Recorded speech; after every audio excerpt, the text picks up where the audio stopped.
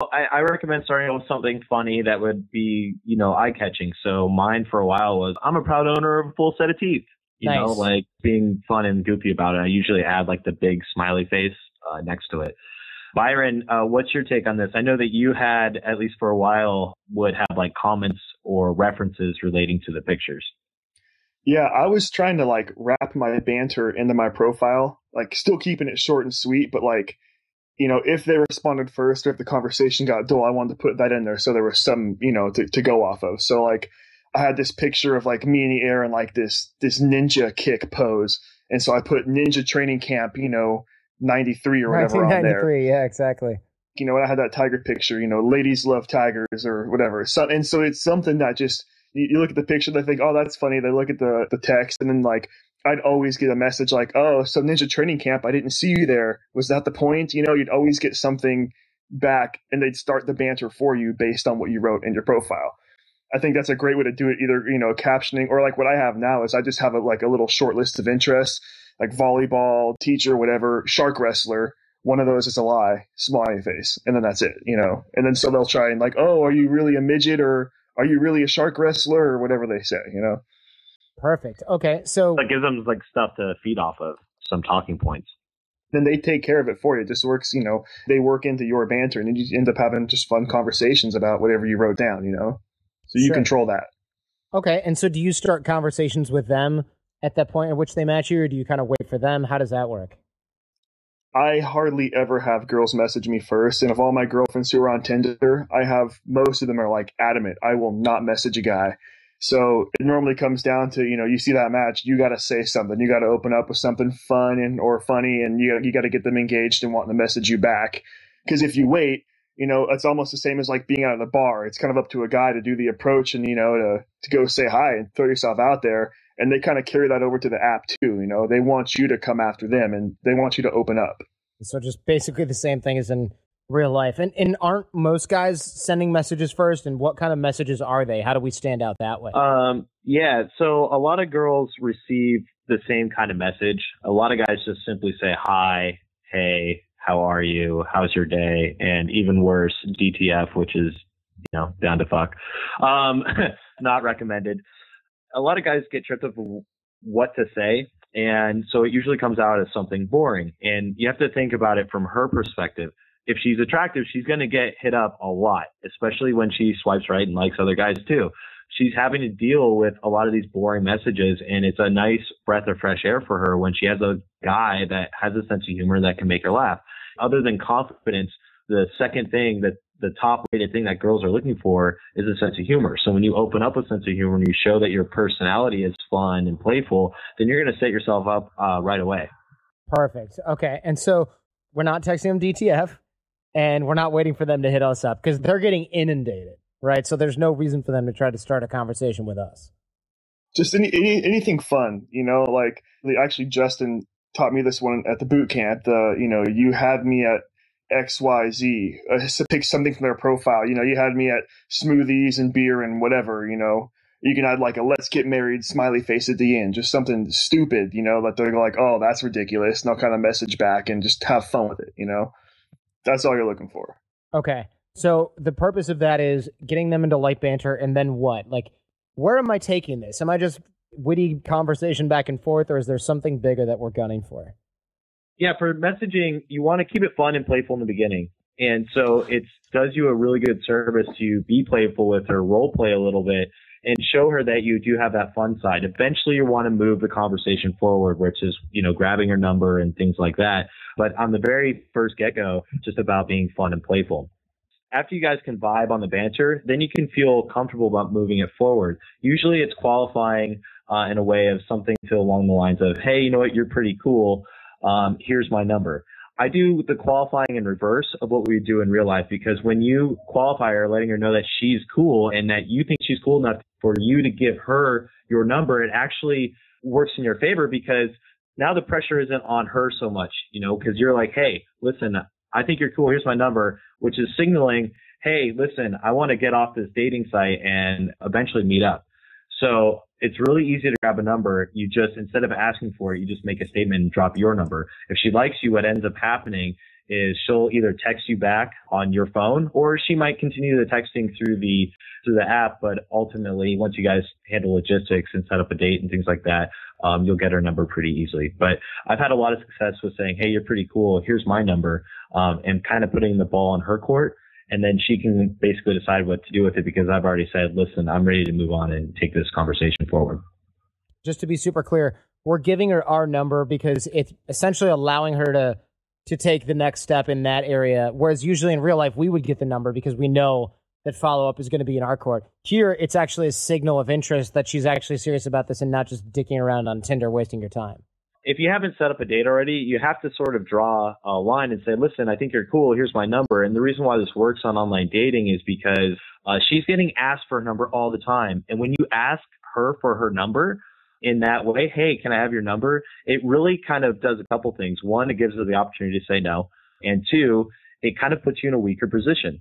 I feel that when you're saying, hey, you're pretty cool, here's my number, you're saying, listen, I think you're cool, and I'm ready to move this forward. And I think it's a very high value way of showing interest on your part, wanting to move the conversation forward. Yeah. So what about sexual banter and stuff? Because I know a lot of guys are like, yeah, you can really turn off the heat on Tinder, and it's kind of anonymous. So you've got that going for you. Should we be doing that before we start up, or where does that fit in?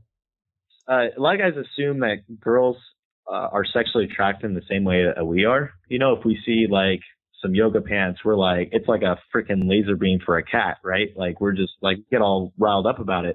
But for girls, while looks to some degree are important, they get more sexually aroused by like a story or by a scenario. In other words, for them, it's a lot more mental. So it's a lot more like buildup, and they don't look at a guy and be like, oh my God, like, damn, those pants look good, I want to bone him. To them, it's more or less they look at a guy and they're like, oh, he looks like he could like have good children. He looks like he could be a protector. He looks like somebody I would want to marry. So they get turned on more or less by that sort of line of thinking than just being like, damn, that ass looks good in those jeans. Because I feel like you guys sort of touched on, if you've done a lot of sexual banter and then you're like, hey, let's meet up. She's like, no, you just want to bang. Yeah, and you're also setting the wrong impression. Whenever you escalate, you always want to do that in person. It's always going to land better, and you're not really doing yourself any service by laying out, to borrow a poker term, to lay out all your cards on the table. Or if she gets any sort of hint that you just want to bone her and she's not into that, then you just lost an opportunity, whereas you could have built comfort around the idea of sleeping with you, through banter, being playful, maybe even dropping a small innuendo, but nothing serious in terms of serious escalation, until like you're in person and you guys are having a good time and are out together. I mean, it's like, wouldn't you rather escalate in person where you could, make out with her, maybe go to like, I don't know, second, third base, take her home, whatever, than try and like do something over text? It just doesn't make sense to me. I know I've got like an adamant rule. I don't do sexual anything over Tinder or messaging before I meet him, because I'm damn near guaranteed, they get that idea like, oh, it's an expectation. They've already got this, it's built up. You're meeting this guy for the first time you've never met. It's a little stressful for him. And, oh, he has this expectation of, I'm going to have sex with him or whatever. And every time it's ever happened, and they've been for it too, like we go back and forth in sexual banter, and then they end up flaking, or just like they stop talking to you. I might throw out like a "that's what she said" or some sort of light thing, and then like I'll send a picture, of like hey, I make sexual jokes, whatever, deal with it, and then that's about it. Otherwise, they just get too built up, and it never ever works out. I can see where that would be a giant red flag for anybody. And so you definitely want to stay away from that. Okay, that's good to know, because I feel like a lot of guys go in that direction, or they stay in the whole, let's banter for 3 days, and the girl's like just dies off because she's like, hey, he's never going to pull the trigger. Let's take a quick time out for a sec. If you guys have thought about coming through the Art of Charm, look no further than what alumni Andrew has to say. Hi, my name is Andrew. I'm a private security contractor. I spend about 8 months out of the year overseas. I was always a little bit intimidated, especially by quality women. I always knew that I had a need for improvement. Everybody does. That you taught guys how to be themselves, but to be a better version of themselves. I wanted to perfect my skill set with interacting with people in general, but also with quality women. You guys met all my expectations, more so. You guys have a proven track record, and the stuff you teach works. Your instructors were some of the most professional and quality guys that I have met in a very long time. Even to the day, I use what I learned from Art of Charm. That is part of my skill set now. The support that I received afterwards was really beneficial and still has been. Being part of the Art of Charm family, having people that I can reach out to, whether it be coaches or former alumni members, has been extremely beneficial because I hit a bump in the road or a brick wall or anything. I can always expect to get pieces of advice to overcome those situations. Now, here we are 2 years later, being able to use that consistently for the rest of my life is amazing. It's been great. How quickly do we pull the trigger on trying to meet up? How do we know when it's time to be like, hey, call me or whatever? My experience on this is you can kind of do it in a couple ways. You plant a little seed, actually. So you connect on interests, like things that you like. So for me, I always connect on like music with girls because music's a big part of my life. So if she likes music and I like music, then great, we have something to connect on. And so I might plant a seed of like, oh, hey, we're totally going to go do this event like way in the future. I'm planning the idea that we're going to hang out. And then in between that, because a lot of the music events I like are kind of few and far between, I'll actually set up a first date where we go get happy hour just to see, for me, it's to see if, okay, can I actually hang with her? Because I don't want to go to this big event, spend a bunch of money with somebody that I hardly even know. So for me, it's planting the seed that we're going to hang out very casually and then make the plans through the phone, whether it's texting or calling her, which are a couple different ways of doing that. Okay. So far the structure is like banter, qualify, connect on mutual interests, set up date, grab number, or send number. Like, don't make it too big. A lot of girls, in my experience, like they try and build that comfort beforehand. They want to have comfort before they meet you, you know? And so they'll try and like drag out these like long texting conversations, and it's like you don't know each other, you know? Right, you're talking about life goals and Yeah. If you get to talk about how many children you want one day, you've gone too far, turn back. Just keep it, you don't keep it too short. You want to have an end goal, you know, like banter, send a few messages, and then, you know, move on. Don't get sucked into like the, oh, hey, what do you do for work? What's your favorite color? What do you like? You know? Yes. You want to respond to those. You want to save rapport and rapport type questions when you're in person, because that's when she's actually going to connect with you.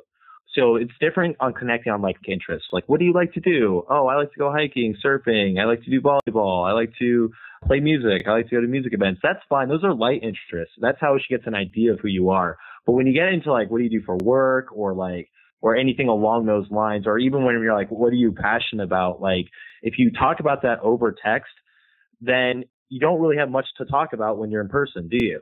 So save rapport type, like medium to heavy type of rapport for when you're actually in person.